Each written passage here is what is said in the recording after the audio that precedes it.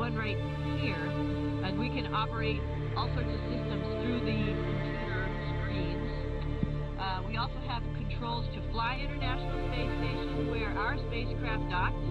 Just to reorient you a little bit, this is the GEM, the Japanese laboratory, on the right-hand side or the starboard side, Navy term.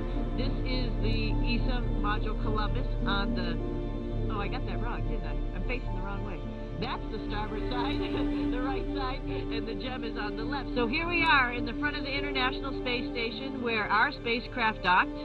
Just to reorient you a little bit, this is the GEM, the Japanese laboratory, on the right-hand side or the starboard side, Navy term. This is the ESA module Columbus on the, oh, I got that wrong, didn't I? I'm facing the wrong way. That's the starboard side, the right side, and the GEM is on the left side, the port side. But let's go forward into Starliner, where there was a little bit of action the other day. So I'm going to lead you down through the PMA 2 into Starliner. All right, going in through the IDA, the docking adapter, and then into the spacecraft. Here we are. Looks like a lot of bags because there's a lot of packing, and also this big orange thing, which is our ventilation that we get from the space station while we are docked to the space station.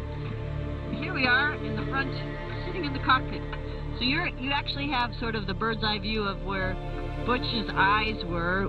Right now on the display we actually have a tablet, because while we're in the space station we're doing some other activities on the tablet. But this is the control panels, one right here and one, here, I'll move the tablet. One right here, and we can operate all sorts of systems through the computer screens.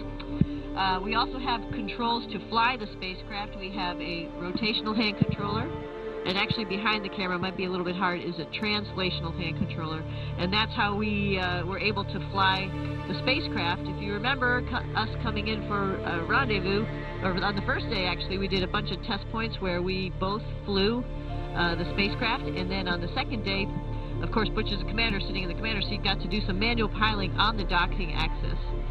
Actually, we were like 85 meters, and we could see the huge solar arrays from the International Space Station. So pretty cool, actually. What else do we want to say about it in here? It looks probably a little cramped, and it's actually fairly roomy for just Sunny and myself, with just the two of us. Obviously, you don't need a large cockpit, so it's actually sized perfectly for us as far as for controlling the spacecraft.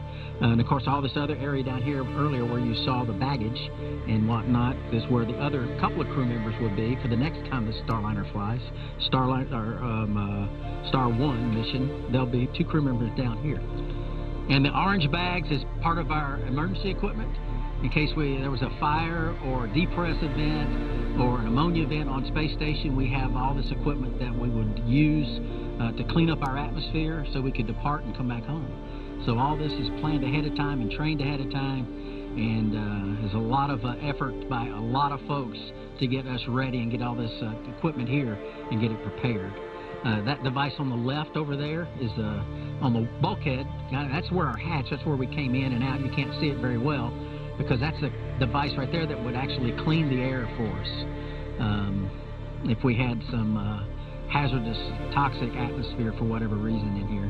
These are also breathing masks that we have in here. We've got a big bottle we installed behind me down here full of nitrogen, oxygen, and this is where we would connect our breathing apparatus if we needed it as well. And of course, as Sunny said, these are not normally here. This is just bringing the fresh air down, and it flows in and flows back out, and that's what how all that works. All right.